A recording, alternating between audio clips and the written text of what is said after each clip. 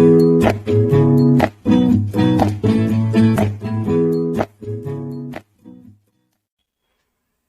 guys, this is Sakshi Kakade and I am your second instructor for this course, that is data structure.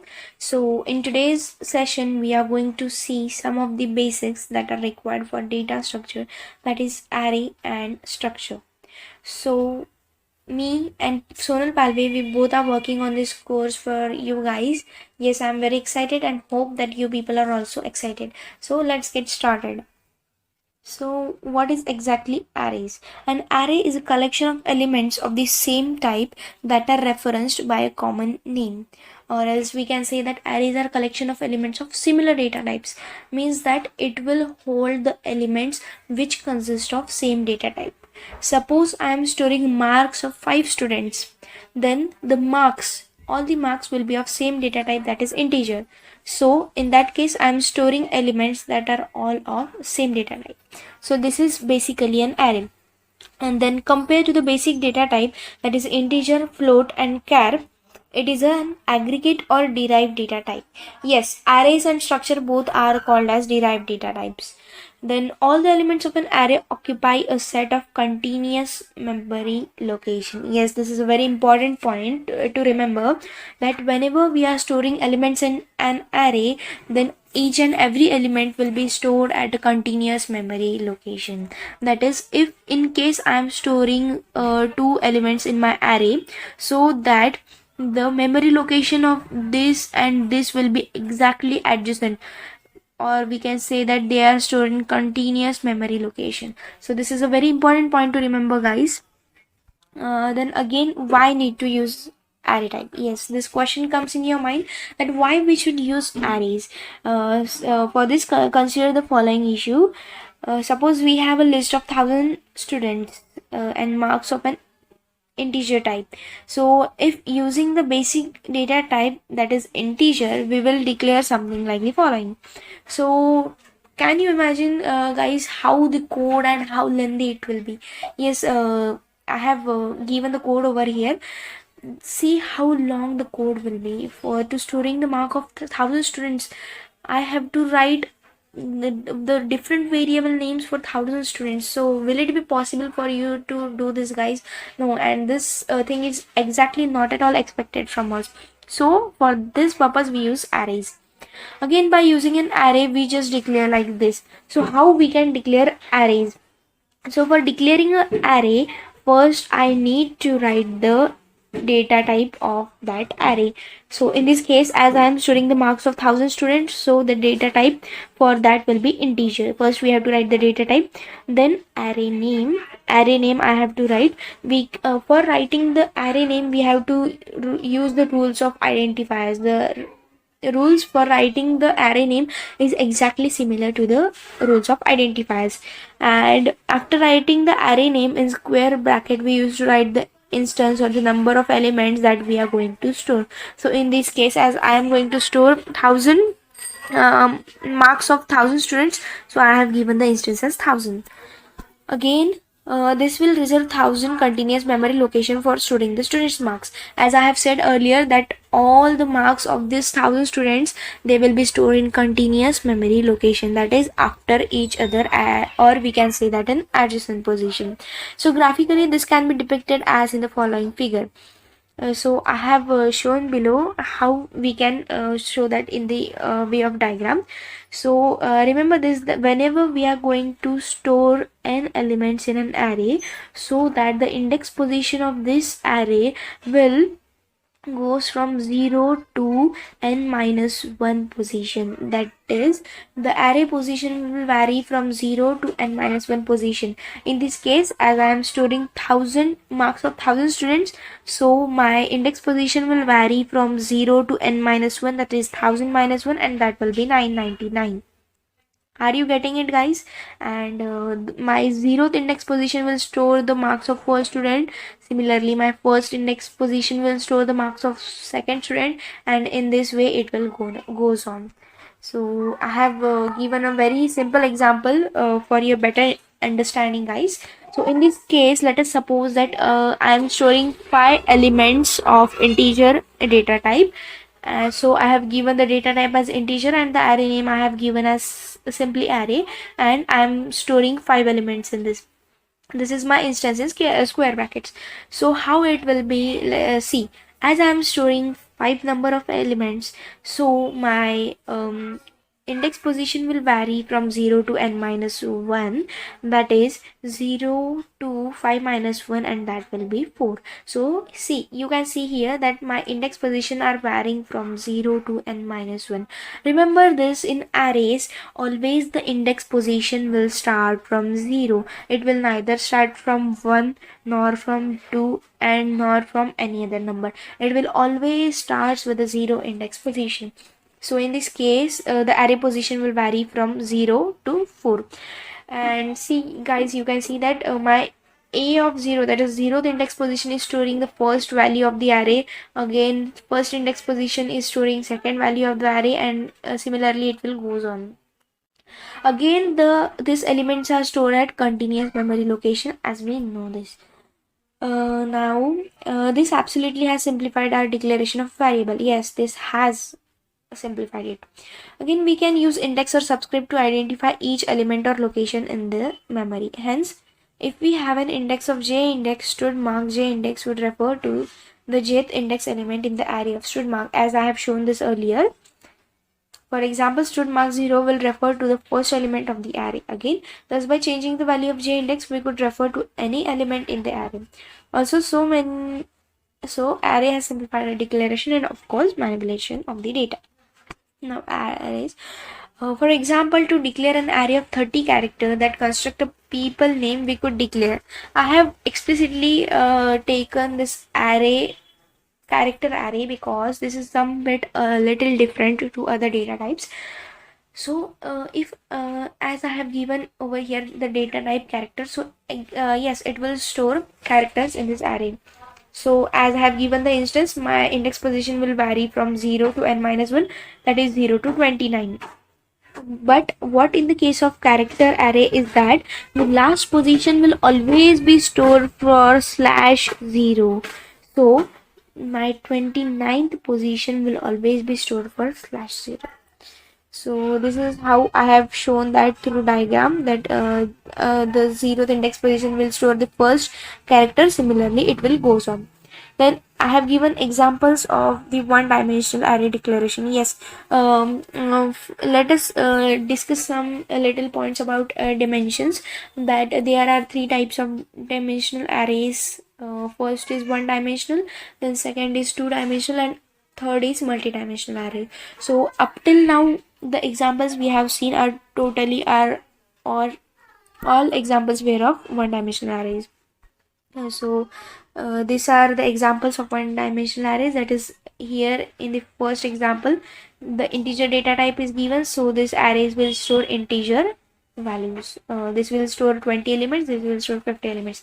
Again, for float, this array will consist only of float values. Again, for character array, it will store 70, means 1 from 70, that is, it will store 69 character, and one will be reserved for /0, that is, the end position will be reserved for /0. So how we can initialize the array? An array may be initialized at the time of declaration. Yes, we can initialize the array when we declare it, or initialization of an array may take the following form. So this is how we can initialize the array. First, writing the data type, then array name, then size, and in this curly braces we are giving the list or the number of or the elements that we are exactly going to store in that array. So these are some of the examples, that in this integer I have initialized this array as my 0th index position will store value 1, my first index position will store the value 2, my second index position will store the value 3, and similarly it will goes on. Similarly, this float and character will work. Now the first line declaration, an array, an integer array, I have given the explanation over here, you can read it. Or the second line assigns the value 5.6 to float num, 5.7 to float num1, and so on. So this will goes on. Similarly, it will work for the character. Now two-dimensional arrays. Two-dimensional array has two subscript indexes. Simply we can say that two-dimensional arrays are matrices or matrix. The first subscript refers to the row and the second to the column. Yes, this is exactly thing what happens with the two-dimensional arrays. That is how we can declare it. First, the writing the data type, then the array name, and in the first square bracket we are going to write the row, and for the second square bracket we are going to write the column. So this will be my matrix, or we can say two-dimensional array. Again, I have given some of the example, that is int, that is data type, and x integer, and the row value here will be 3 and column will be 4. So the first line declare x integer as an integer array with 3 rows and 4 columns. Second line declares a matrix num as a floating point array with 20 rows and 25 columns. So take note that for string, the null character /0 still needed. Yes, as I have said you earlier that whenever we are going to take a character array, so always the last position will be reserved for /0. This is important point. Again, for an array named 610, the array size is 6 into 10 equals to 60 and equals to number of the colored squares in general form. As in this case, my total number of elements that I am going to store in the two-dimensional arrays will be 6 into 10, that is 60. So my array will store 60 elements. Similarly, in this case xy, my array will store x into y number of elements. So this array size is first index into second index, that is xy. Again, this also true for other array dimension, for example 3-dimensional arrays. Yes, similarly this is also true for other dimensional arrays. In this case we have taken 3-dimensional arrays so that the index size will be x into y into z. For example, a 3-dimensional array is 2 into 4 into 7, so it will be 56. That is, my array will store 56 number of elements in that. So this was all about the arrays what we have discussed up till now. But the limitation of array is that we can store elements only of single data type. But this is not the always possible case. Sometimes I need to store, suppose I am considering a student, so I may need to store the name of that student, then the marks he has scored, then the class in which he is studying, the roll number of that student. So for this type, arrays do not work. So for that case we use structures. So what are structures? So a structure is a collection of variable of different data types under a single name. Yes, structure can store elements of different data types, as I have told you earlier. A structure can store a name of particular student, then his roll number, ID, phone number, etc. It can store many things at a time. Then again, the variables are called members of the structure. We will see these points clear in the next slide. The structure is also called a user-defined data types. Yes, in the first slide, as we have seen, array and structure both are user-defined data types. So let's see the syntax of structure, how we can define a structure. So in this case, for defining a structure, we need a keyword, that is struct. So remember that struct is a keyword in C programming language. So we can define a structure using that. And here in the curly, this is the name of the structure, and in the curly braces I have given the structure members. So these are called as structure members. These are all structure members. Then note, the member of structure do not occupy memory until they are associated with a structure variable. Until and unless we are not defining any structure variable, these structure members will not occupy any memory in our program.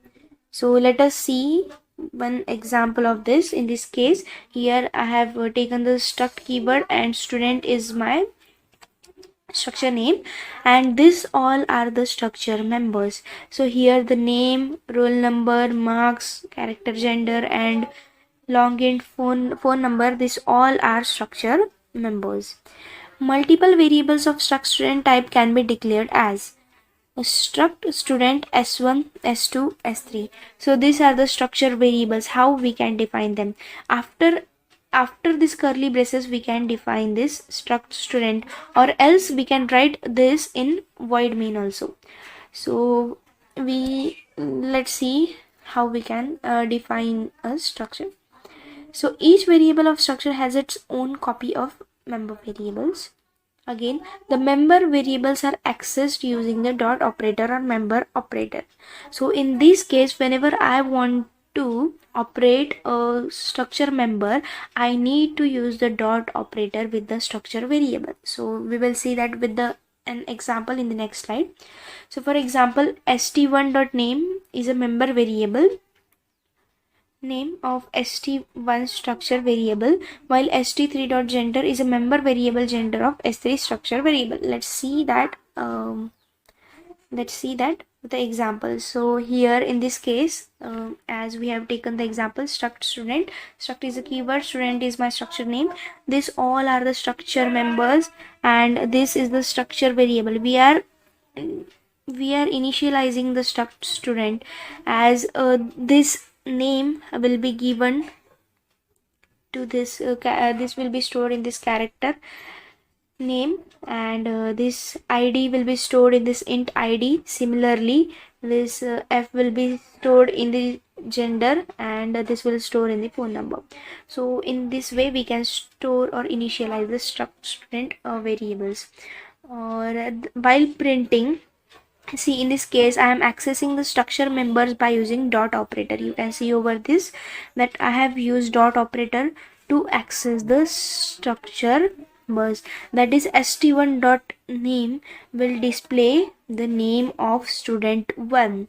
Similarly, if I write st2 dot name, then it will store the name of student 2. So in this way structure works. So this was all about today's lecture, guys. I hope that you are now all clear with all the concepts that I have taught for today's lecture.